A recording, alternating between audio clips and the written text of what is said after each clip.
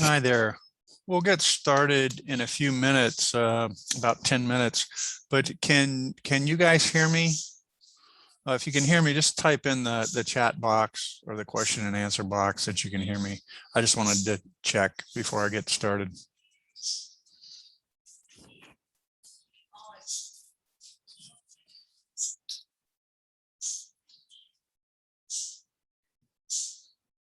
Hi, can folks hear me? Can anybody hear me? You can just respond in the chat box if you can. Great, thank you very much. Great, we'll get started in about 10 minutes. Thank you.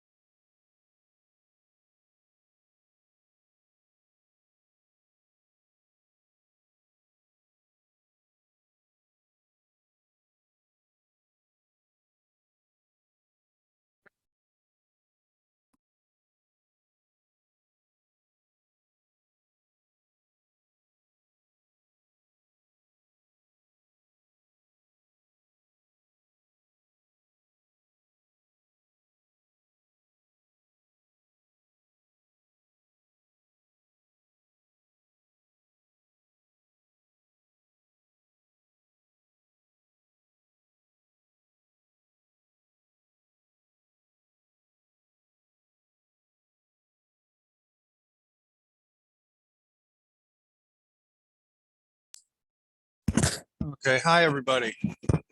Welcome to the Statistics Solutions Chapter 1 webinar. A couple things before we get started. We do have a support person on with us, Brittany, and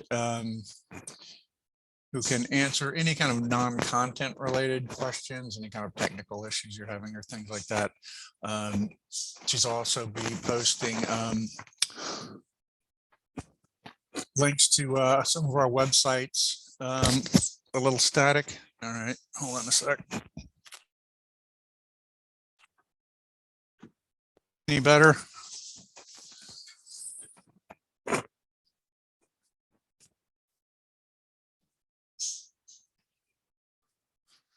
Okay. All right, if it gets any worse, let me know. I'm not sure what to do.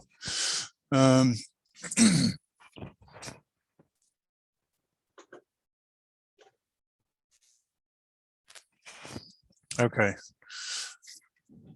Brittany will be posting some links to some of our resources, also to our archive for webinars. So this will be available on our site, on our where we archive the webinars, as well as other past webinars on other topics. Yep. Great, thank you. All right, so this is the chapter 1. So what we're going to do today is kind of go over the standard features, standard sections required for the chapter 1, based on the 5-chapter model of a social sciences dissertation. Our general kind of template is pretty standard, but I do advise everybody to get your school specific template, because there may be little variations, small variations, but generally our general template is going to have pretty much the standard features. But again, because of slight variations, I always default to your school's particular template. Okay, just to kind of pull back a little bit before we get into the specific sections, just a word about the purpose of chapter 1, what it does. It's called the introduction. It's the introduction to the study. But what does that mean? It's really, think of it like a blueprint to your study, right? It's it introduces your topic, what you're going to do, your research problem, why, why, and it introduces your methodology, how. So that it's, it introduces those 3 big broad areas: the what, why, and how. What you're going to do, why you're going to do it, what drives the need for it, and how you're going to do it. So it's kind of like a blueprint. All right.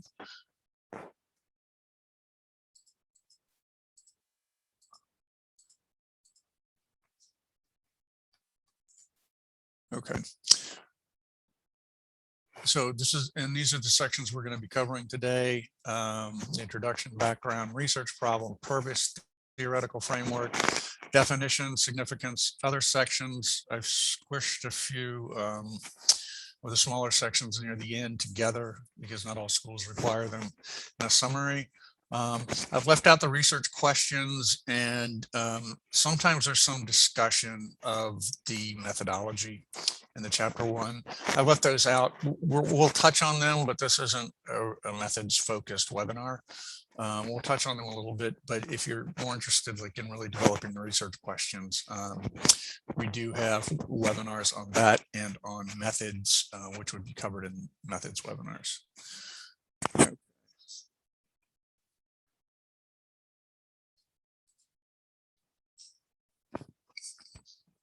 Okay, so the introduction to the introduction.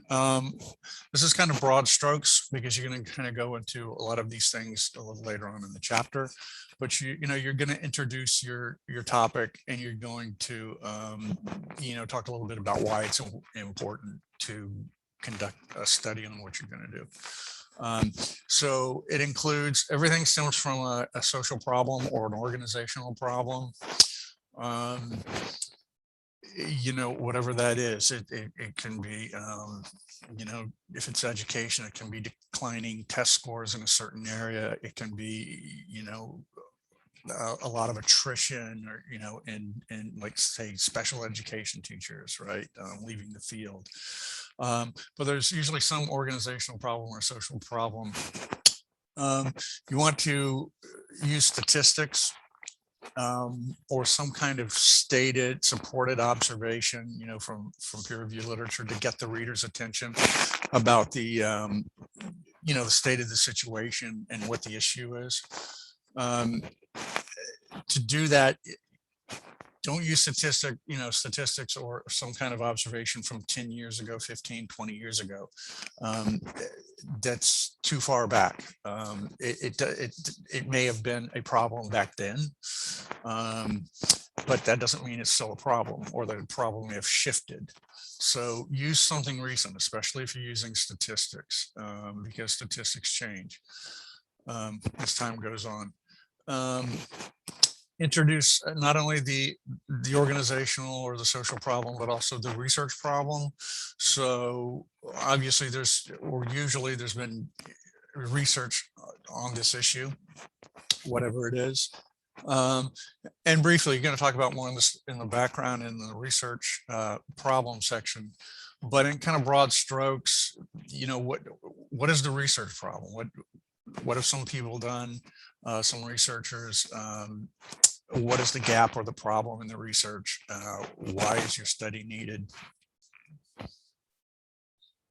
You know, state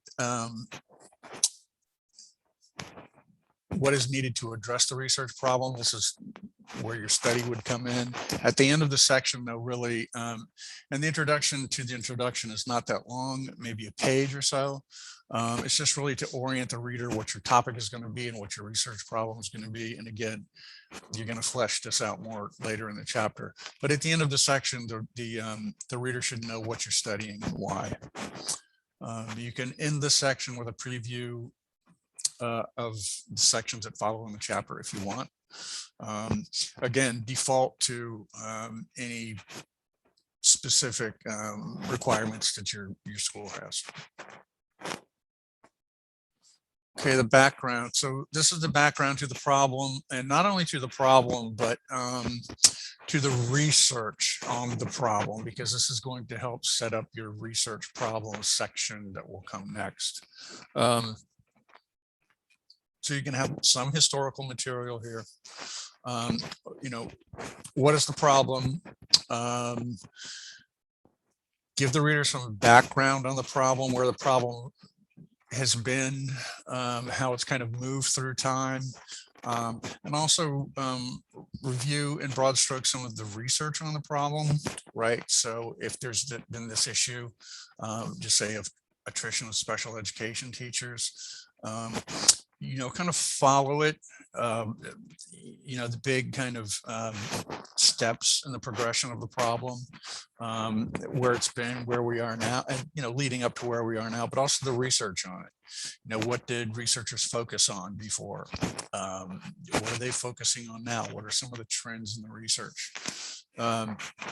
And so you kind of end the section on where the topic stands now and where the research on the topic stands now. And that should kind of funnel into your research problem section, which is next. And this just takes, you know, whatever it takes. You know, it's usually a few pages, a couple pages at least, maybe a few pages. Again, the purpose is to give your reader, you know, some understanding of the background of the problem and some understanding of the research on the problem in kind of broad strokes. So it ends with where the research is now on the problem, and that dovetails into your research problem section. Transitions from the background, but this is really a more targeted discussion, right? So it's not so much historical background. It's really targeted now on your research problem. And what's a research problem? A research problem is like it sounds. It's a problem in the research, or it's some kind of issue in the research.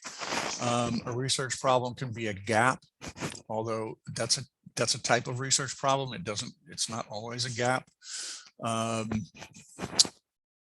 You know, the research problem could be something like, we have a lot of research on this topic, but we haven't used specific populations. We haven't studied specific individuals with this topic. It could be that we have a lot of a certain kind of research on the topic. We have a lot of, say, quantitative research on the topic, but we have very little qualitative. So we need more of that. And you know, the research problem could be a gap in understanding. It could be that we have little information in general on the topic. So that is a type of research problem. So you want to specifically state what the research problem is. I mean, your reader shouldn't be guessing, you know, and specifically state that your study is designed to address the research problem.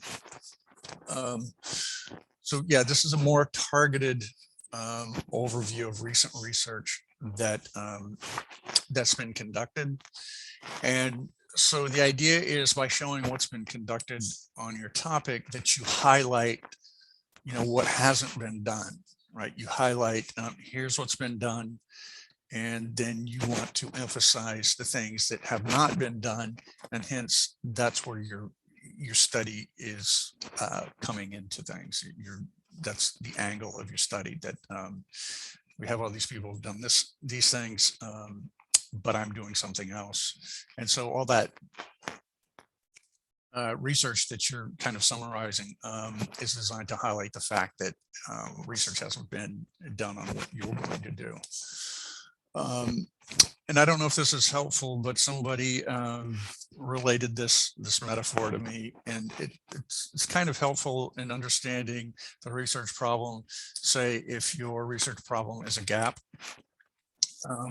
like a gap in understanding or a gap in the literature on a certain topic.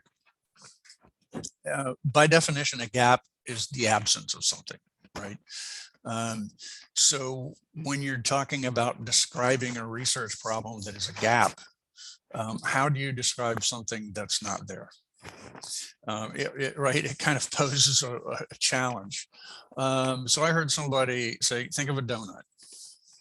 Okay, other than making me hungry, why do I need to think of a donut?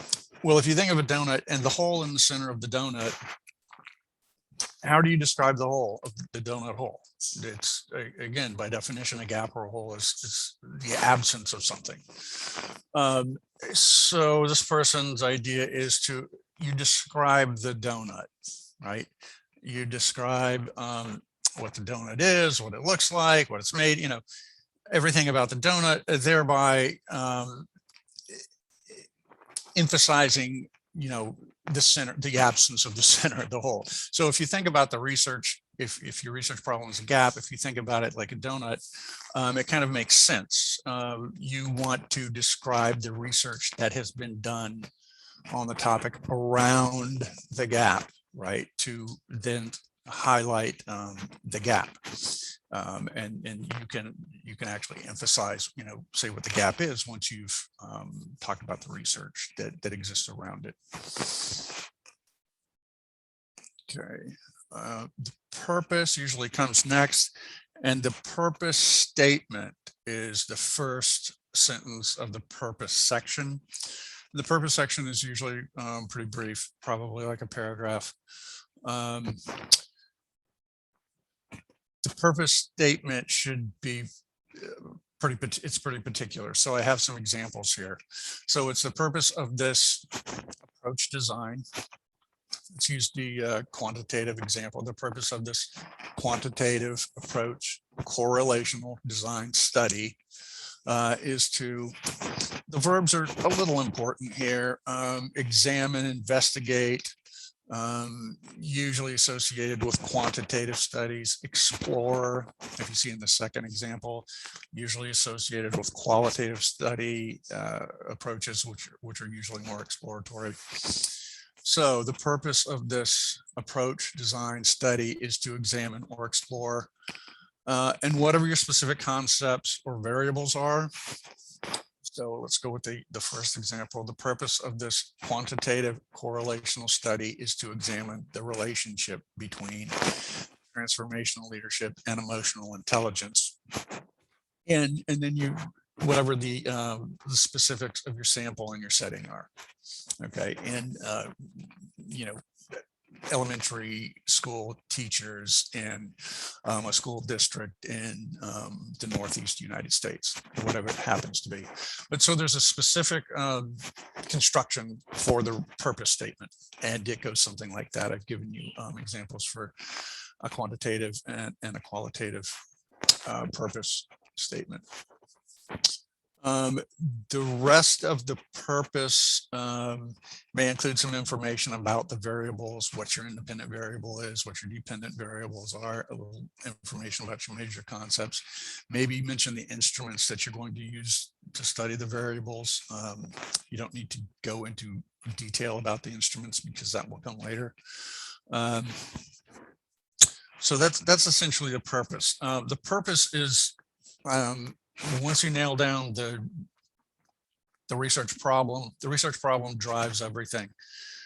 The research questions, the purpose is really just a reflection of that, right? So it's the purpose statement is kind of like what you're doing in your study in a nutshell. And so when your professors talk about alignment, the big things to look at for alignment are the research problem, the research questions, and the purpose, making sure those things align. Obviously, the rest of the information needs to kind of align with that, but those are the big components that need to align. So in other words, you have a research problem. The research questions are developed to address the research problem or to get information pertaining to the research problem. And the purpose is kind of an encapsulation of what you're doing based on those two things. And another suggestion is, use your resources for, all the chapters, chapter 1, the subsequent chapters, come to these webinars, whatever research you can find that helps you, use your people at your school. But also sometimes there's just no substitute for obtaining a sample dissertation, from your school that's been approved, that's similar to yours. Because you can go to webinars and do reading on these things, and which is all great. But when you go to sit down and draft, sometimes there's just no substitute for having a good concrete sample next to you when you sit down to draft.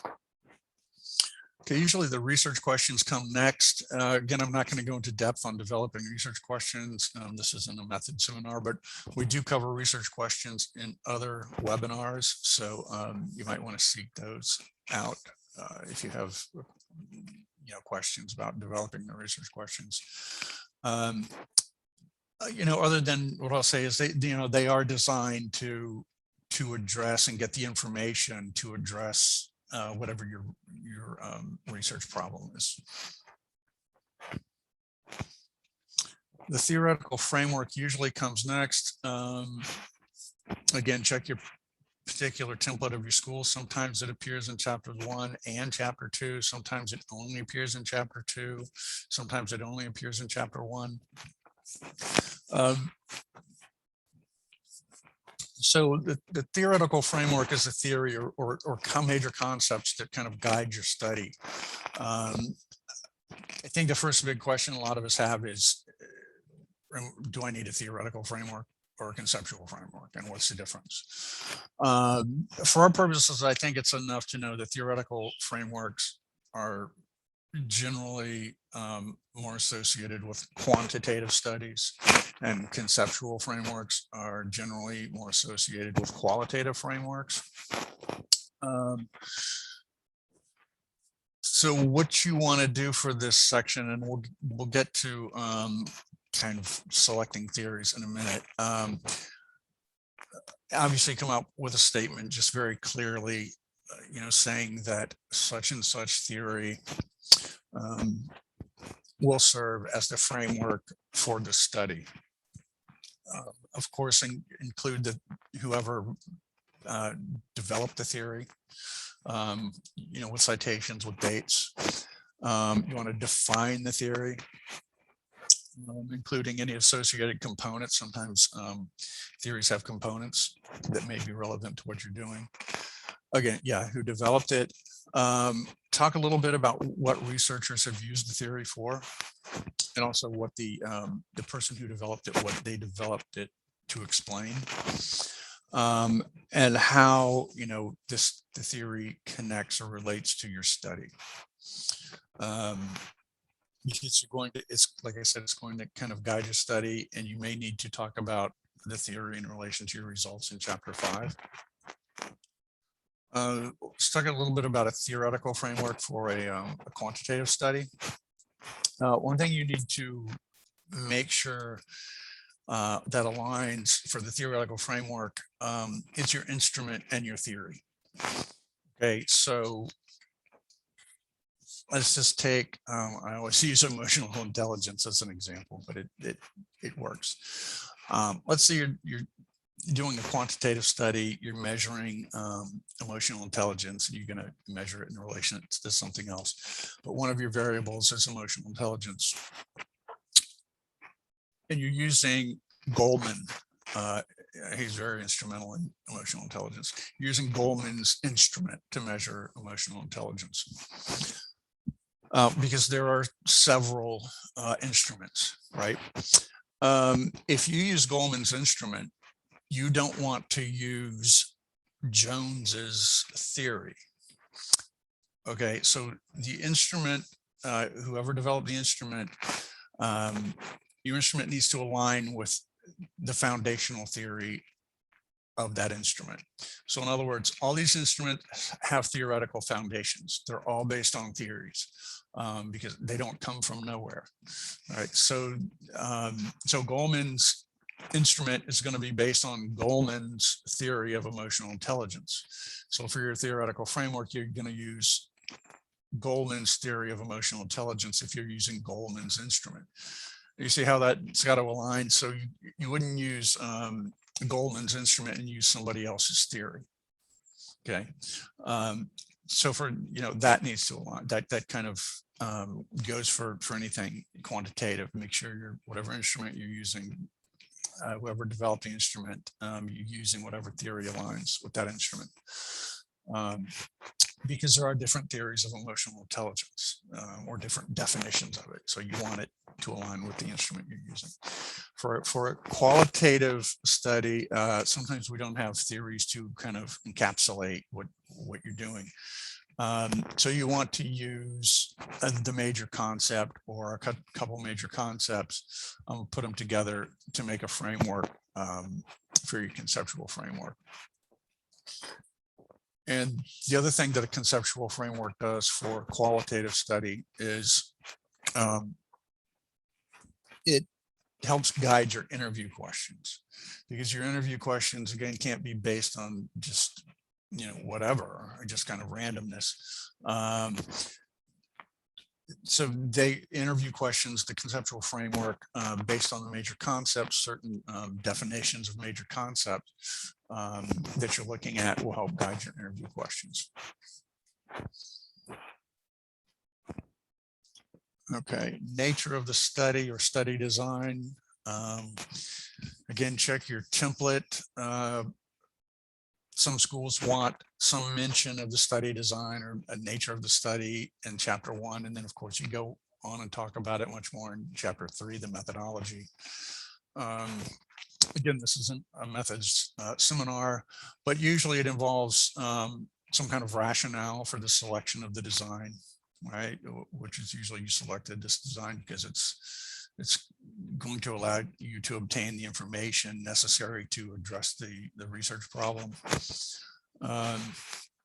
It might also include some discussion of, who you're going to collect data from, how data is going to be collected and analyzed. Again, if you're interested in getting more information on this, I would check out one of our methods webinars. Okay, definitions usually comes next. This is a pretty cut and dried section. It doesn't need any introduction. And if you want to say, some introduction, all you have to say is the following terms are defined for use in this study. That's it. And then get to each definition. And these are definitions. They're just of any factors or variables you're studying, any major concepts you're using that are related to your study, directly related, okay, not kind of indirect tangential things that may kind of be related to your study. I mean, things that are directly studied or things that you are studying. Your definitions should be in the form of sentences. They should be clear and succinct. By clear, I mean, the construction of the sentences should be pretty pat. In other words, emotional intelligence refers to, or emotional intelligence will refer to, or emotional intelligence is defined as, and just have the definition of how you're going to be using it in your study. That's key. It's not a general definition, right? It's how you will be defining it in your study. Definition should be, a sentence, maybe 2 sentences at the most. They really don't need to be more than that. Remember, they're not discussions. Sometimes I see folks saying, well, so-and-so defines emotional intelligence this way, but somebody else defines it this way. It's a very difficult term to define. And it's like, no, it's not a discussion. It's how are you defining this term for your study? That's it. Definitions should be supported with peer-reviewed citations. Absolutely no dictionary definitions. Again, these are not general definitions. Sources should be recent when possible. That's less important in this section than in other sections. Sometimes you might be using a definition from a theory, and theories sometimes can be, or older. So that's the definition section. Organize it alphabetically, structure it alphabetically. Significance section, sometimes called implications. This is the section that professors like to call the so what section.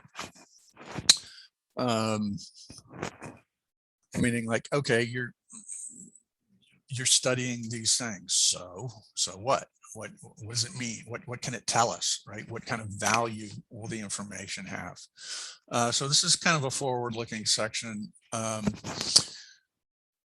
You're kind of previewing, you're kind of talking about what kind of value or significance or implications the data obtained from your study might have.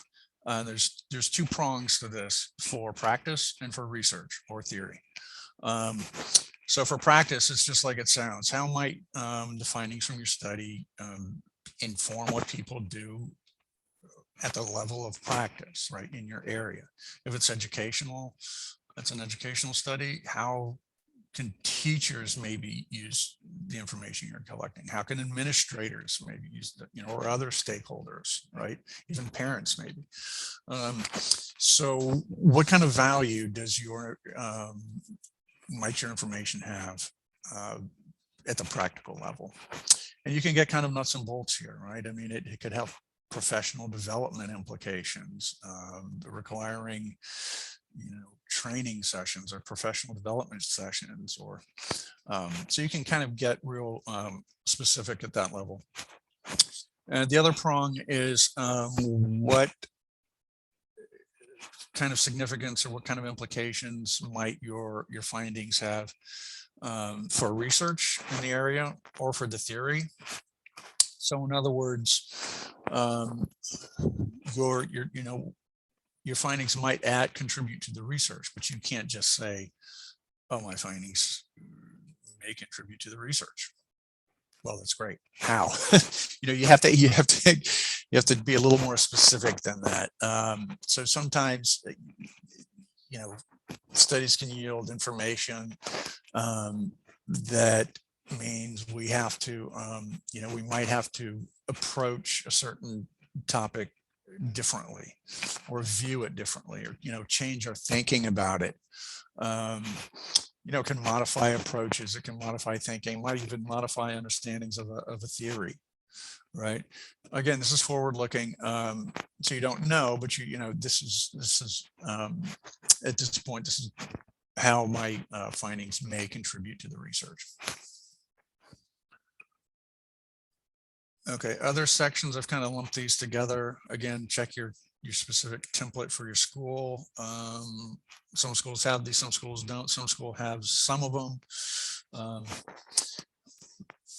So limitations, again, this is another forward-looking section. It's not usually really long, but you should discuss what may be potential weaknesses or shortcomings of your study that can affect the results.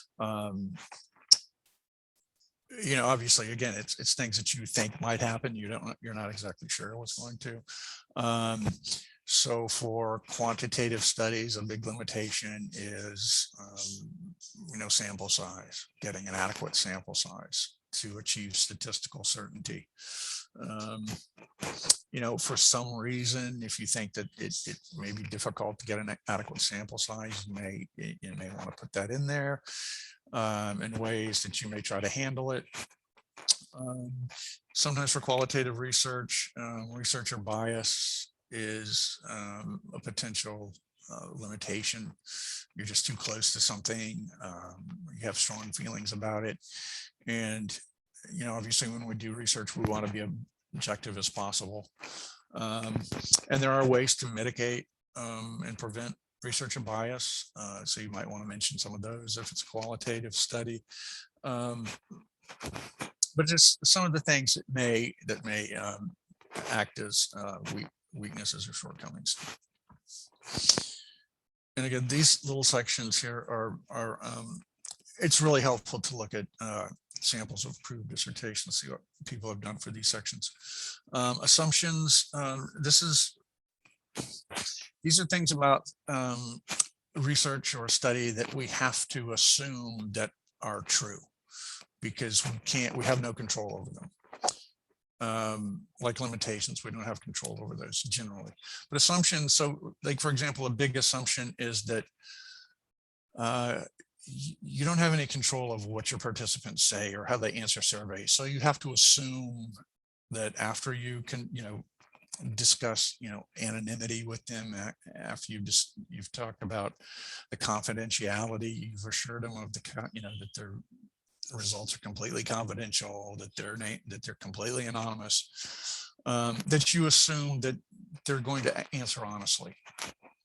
Right, you have no control of that, so you just have to assume it. So that's what assumptions are.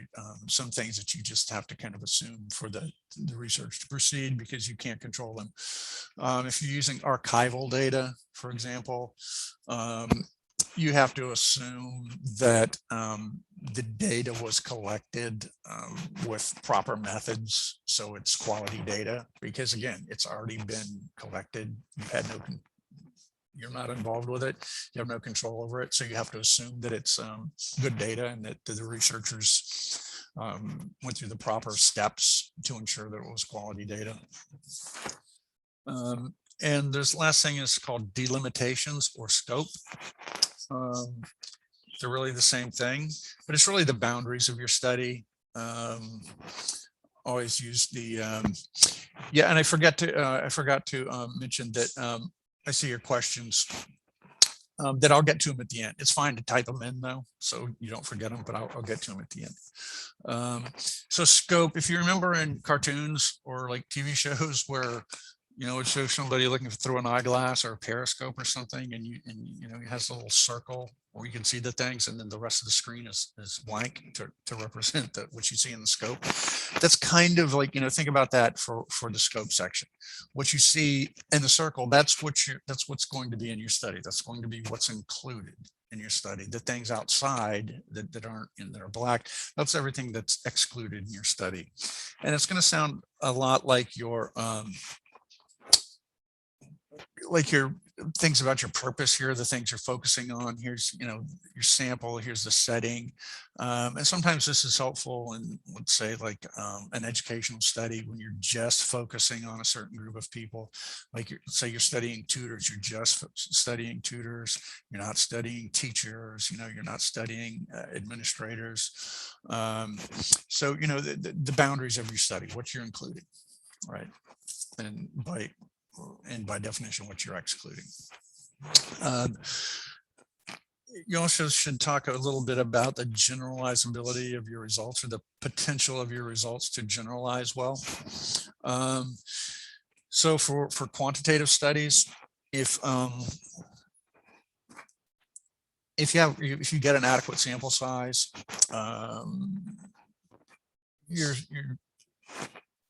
your findings should generalize pretty well to the larger population. And especially if you do something like random sampling, that also helps your findings to generalize.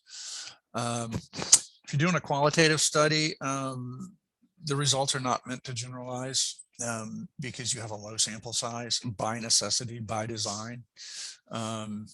So you're looking to get in-depth information from, you know, 8 people, 10 people, 12 people. If you're doing interviews, right, a low sample size, but you can't interview like 80 people, right? So by design, qualitative research has a low sample size to get that in-depth information. So it's just worth mentioning in the section that if you're doing a qualitative study, your results won't generalize well, but they're not meant to. They're meant to get that kind of in-depth information. Okay, and then we're at the summary, and happy to answer your questions after we get done. Yeah, so recap the major points of the chapter, just like any other summary. It's also a good place to remind the reader of the research problem and why your study is needed. And you can end by transitioning to the next chapter if you want to. But again, check your template for your school specifically. Sometimes at the end of the summary, they want, you know, a preview of, you know, the contents of the rest of the dissertation, which isn't a big deal. It's, you know, it's like chapter 2 will include the review of the literature. Chapter 3 will include the methodology. So just check on that. And when you recap major points of the chapter and summary, don't give a fake summary, what I call the fake summary. Sorry for jumping around here. Let me get back to it. Sometimes people, I don't know what it is. Sometimes when folks get to the summary, they just kind of, I don't know. They kind of give a summary that is like just kind of a listing of what they did. Like, well, first I did this, then I did this, then I did this, and they just kind of list the sections. That's not really recapping the major points of the chapter. So remember just to do that, and don't do that kind of like the hasty summary or something, which isn't kind of a real summary. Sorry. Okay. And back to the end. And this is our information. This is what we do. This is who we are. If you think you might be interested, we offer 30-minute consultations, free. There's no, it's just purely informational. There's no obligation to sign on for services. This is our contact information. That's our phone number. And what we do is we do consultation, we do editing, we do statistics assistance. So yeah, so if you're interested, go ahead and make a appointment for a consultation. So let's see, questions. I know I had some already here.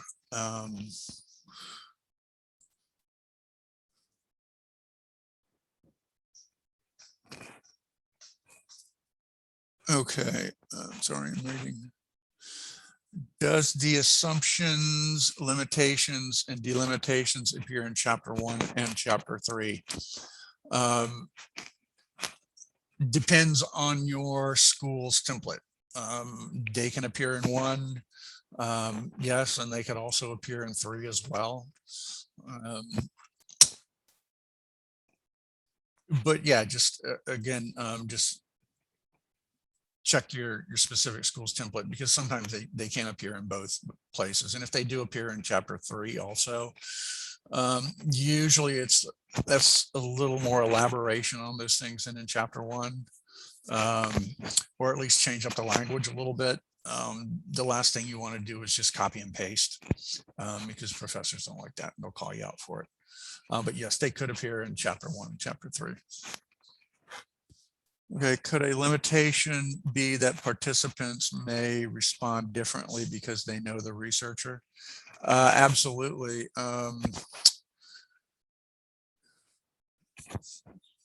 Yeah, that's kind of a methods question, in the sense, and it might, and there may be ways to kind of to mitigate that. I would check in on a methods webinar and ask that specifically. And it's especially, I think, a concern when there are power differentials, right? Somebody's over or above somebody else that's doing the research. Okay, for qualitative studies, right?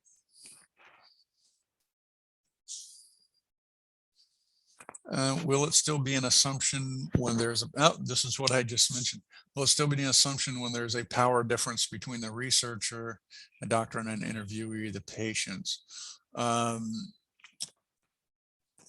don't know what the assumption is. The assumption is that there's a power difference. Yeah, I guess that would be, could be an assumption, that there's a power, differential that may, affect the responses somehow.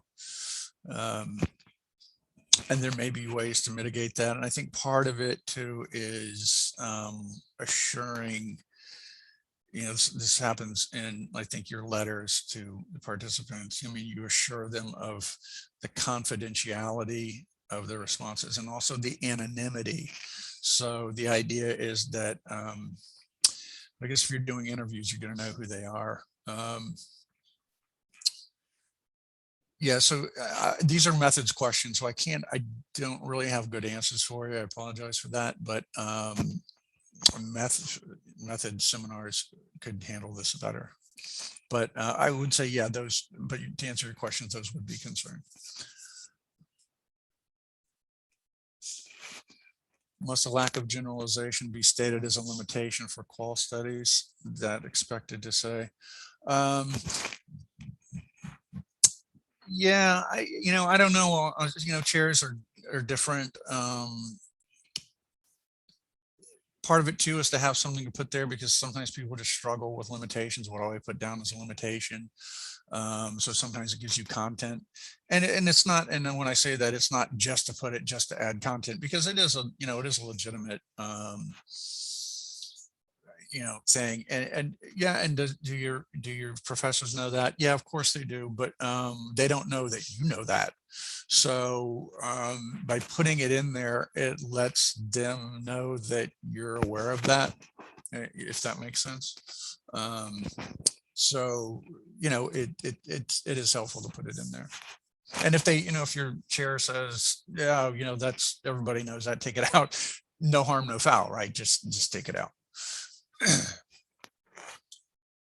Okay, thank you. Okay, you're welcome. You're welcome. Thank you for the nice words. Okay, any other questions?